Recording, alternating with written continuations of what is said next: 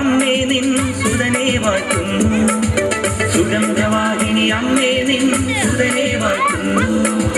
സുഹൃതങ്ങൾ നിറഞ്ഞിടാൻ സുതനെ വാഴ്ത്തുന്നു. സുഹൃതങ്ങൾ നിറഞ്ഞിടാൻ സുതനെ വാഴ്ത്തുന്നു. സുഗന്ധവാഹിനി അമ്മേ നിൻ സുതനെ വാഴ്ത്തുന്നു.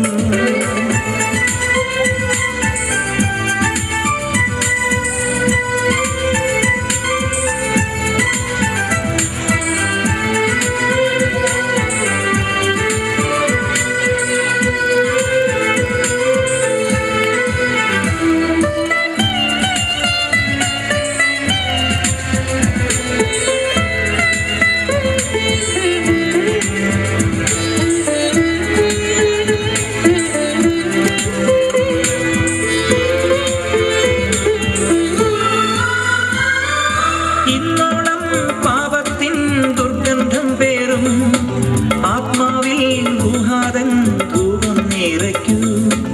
ഇന്നോളം പാപത്തിൻ ദുർഗന്ധം പേറും ആത്മാവിൽ ഗുഹാതൻ ധൂപം നിറയ്ക്കൂ. ഓ ആത്മാവിൽ ഗുഹാതൻ ധൂപം നിറയ്ക്കൂ. സുഗന്ധവാഹിനി അമ്മേ നിൻ സുതനെ വാഴ്ത്തുന്നു. സുഗന്ധവാഹിനി അമ്മേ നിൻ സുതനെ വാഴ്ത്തുന്നു. സുഹൃതങ്ങൾ നിറഞ്ഞിടാൻ സുതനെ വാഴ്ത്തുന്നു. സുഹൃതങ്ങൾ നിറഞ്ഞിടാൻ സുതനെ വാഴ്ത്തുന്നു. സുഗന്ധവാഹിനി അമ്മേ നിൻ സുതനെ വാഴ്ത്തുന്നു.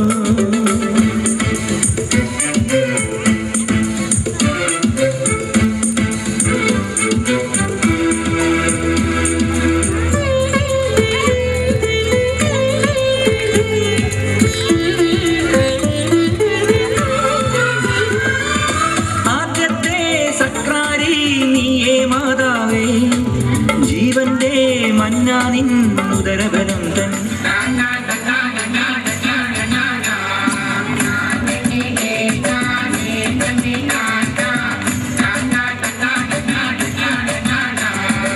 കരമാവിന്റെ കൊമ്പത്തിരിക്കണം പഴം പോലത്തെ മങ്കപ്പെണ്ണ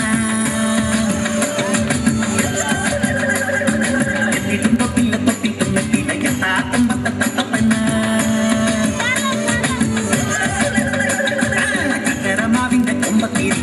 പഴം പോലത്തെ മങ്കപ്പെണ്ണ് എത്തിയിട്ടും തൊട്ടില്ല തൊട്ടിട്ടും എത്തിയില്ല എത്താ കുമ്പത്തെ തത്തപ്പെണ്ണ് ഇളം കരിക്കിന്റെ കണ്ണ് കുത്തുമ്പോ തെറിച്ച് തുള്ളണം മിണ്ട പെണ്ണ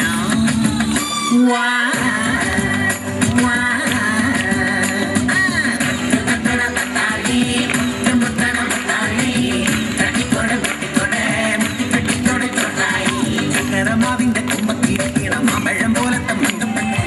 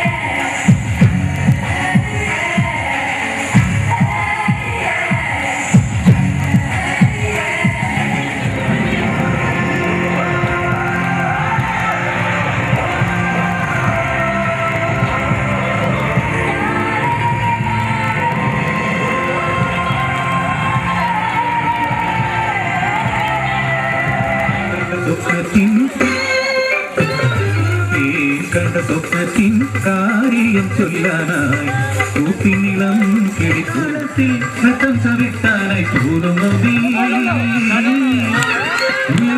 വീണത്തിൽ കടും തുടി താളത്തിൽ കണ്ട സ്വപ്നത്തിൻ കഥയതുണ്ട്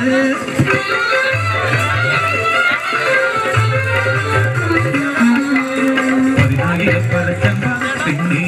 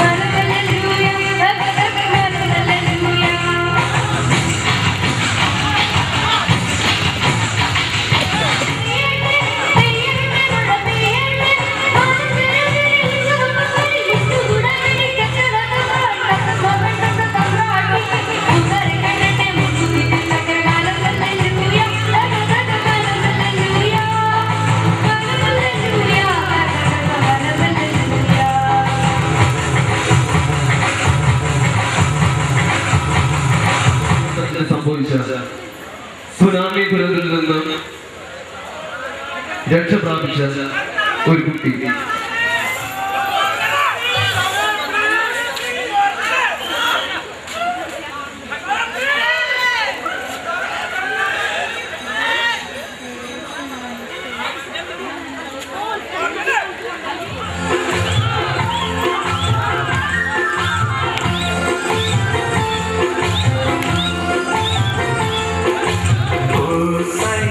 Oh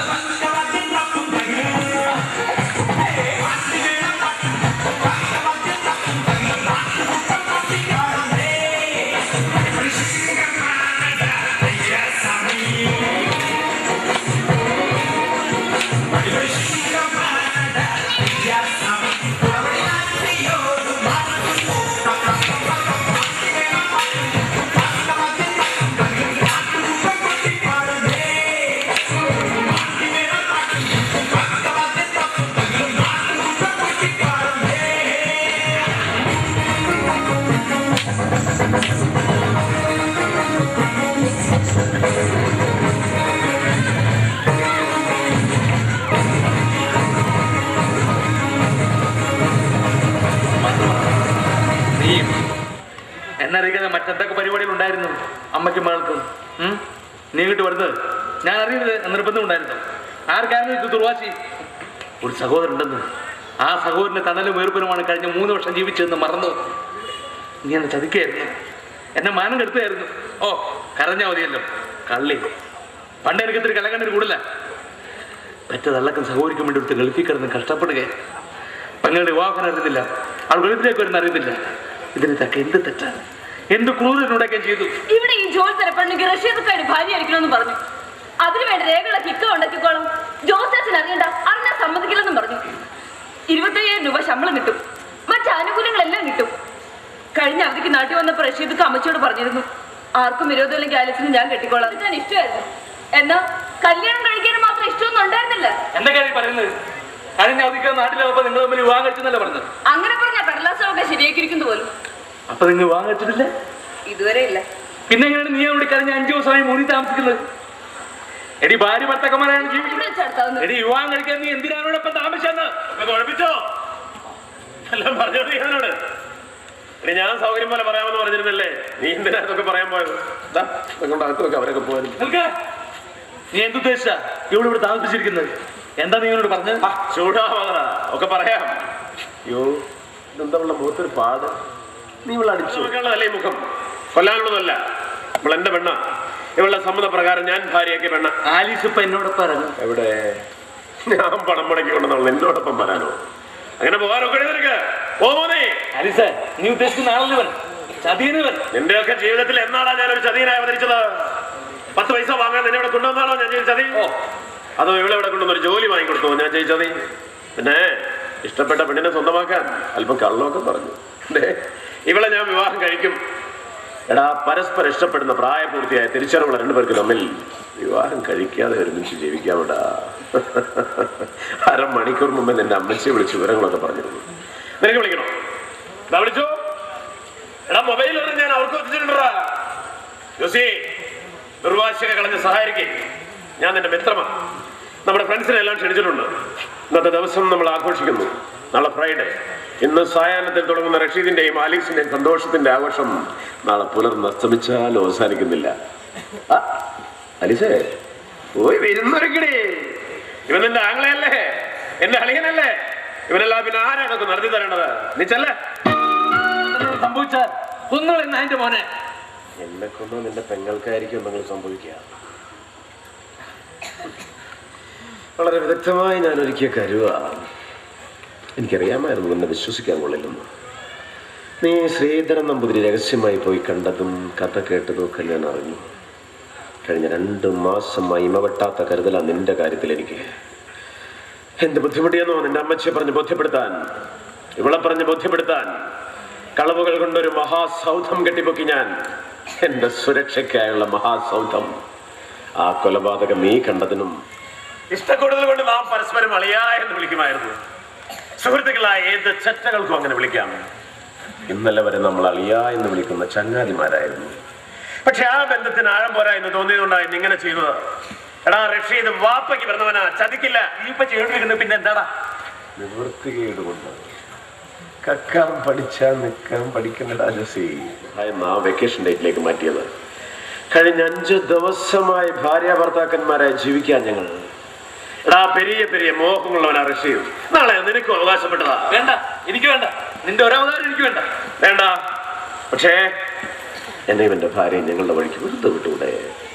ഞാനൊരു കൊലപാതകയും കൊള്ളരുതാത്തവനോടൊന്നൊക്കെ ആലീസി പറഞ്ഞാൽ അവൾക്ക് സഹിക്കാൻ ഒക്കുമോ? എടാ, പടച്ചവൻ നല്ല കണ്ണുകൊണ്ട് നീ കണ്ടതും അതുവഴി നീ നേടിയതും എന്താ? നത്തിങ്. പക്ഷെ നിന്റെ അളിയൻ, അതായത് ഞാൻ, അക്ഷരാർത്ഥത്തിൽ നാളത്തെ സുൽത്താനായിരിക്കും. അവിടെ റാണിയായിരിക്കും ആലീസ്. സ്മോൾ എടുക്കട്ടെ. എന്റെ അമ്മച്ചി കൊടുത്തോട്ടെ, ചെമ്മീനച്ചാറുണ്ട്. ഷാഹിനെ ക്ഷണിച്ചിട്ടുണ്ട്. അവളിപ്പോ വരും. ആലീസിനെ കുടിക്കുക പോലൊരു കെണി അവൾക്കെതിരെ വിരിക്കാനും ഞാൻ മടിക്കില്ല. എന്നെ കൊന്നൊഴിവാക്ക്.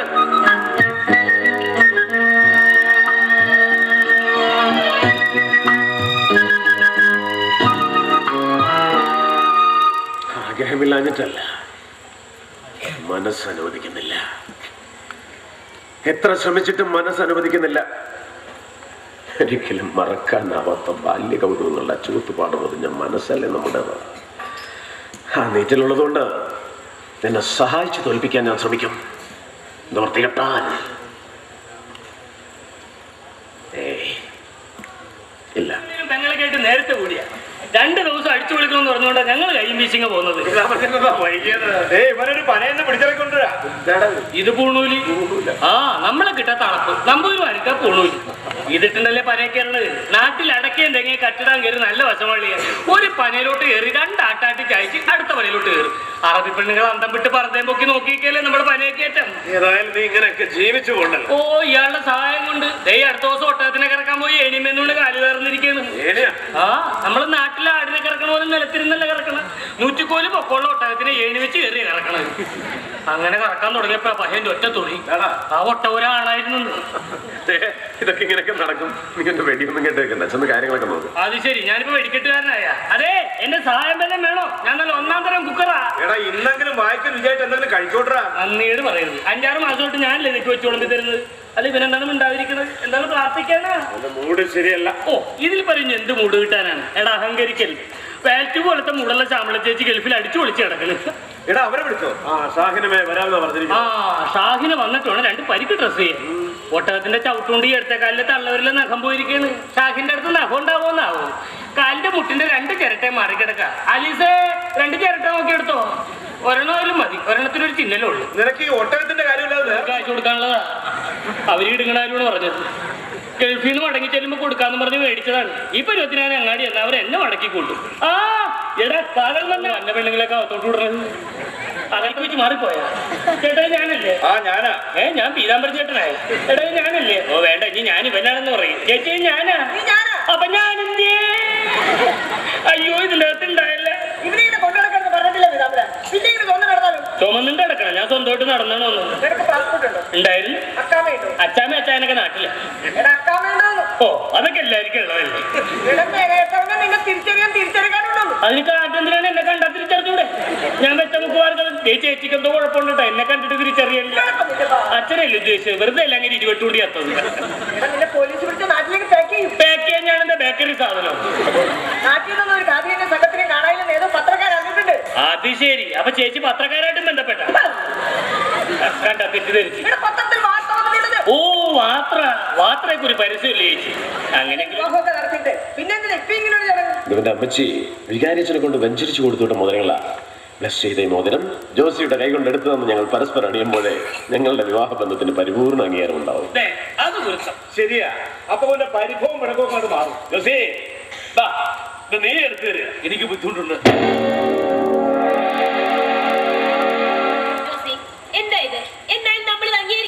എനിക്കിത് അംഗീകരിക്കാൻ കഴിയില്ല. കഴിയണം. ഈ സമയത്ത് അല്പം കൂടി പക്വതയോടെ പെരുമാറേണ്ട നീ ശ്യാമളെ. ഇത് മറ്റാരുടെയും കാര്യമല്ലല്ലോ, തന്റെ പെങ്ങളുടെ കാര്യമല്ലേ. ജീവിതകാലം മുഴുവൻ അവൾക്ക് നല്ലത് വരുന്നെന്ന് പ്രാർത്ഥിച്ചുകൊണ്ട് കൊടുക്കും. ജോസി